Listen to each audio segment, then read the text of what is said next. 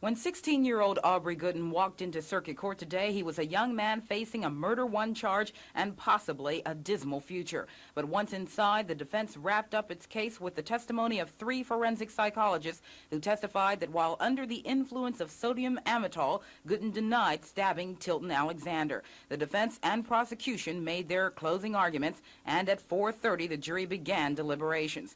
3 hours and 10 minutes later, the jury came out with a unanimous acquittal.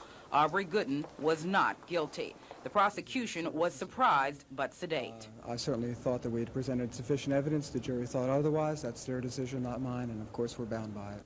And the defense... Well, needless to say, I'm elated. I wouldn't say it's a major victory on my part. I think the jury, as defense lawyers are frequently heard to say, the jury followed the law and the evidence. They were true to the law and the evidence, and I believe the correct result came out. But for the family of Tilton Alexander, who sat through 3 days of testimony, convinced of Gooden's guilt, it was an awful reality. And for the young man who wrote confession notes to get attention, a lesson was learned. Are you relieved at this point that it's all over? Yes, I'm very glad that it's over. Very.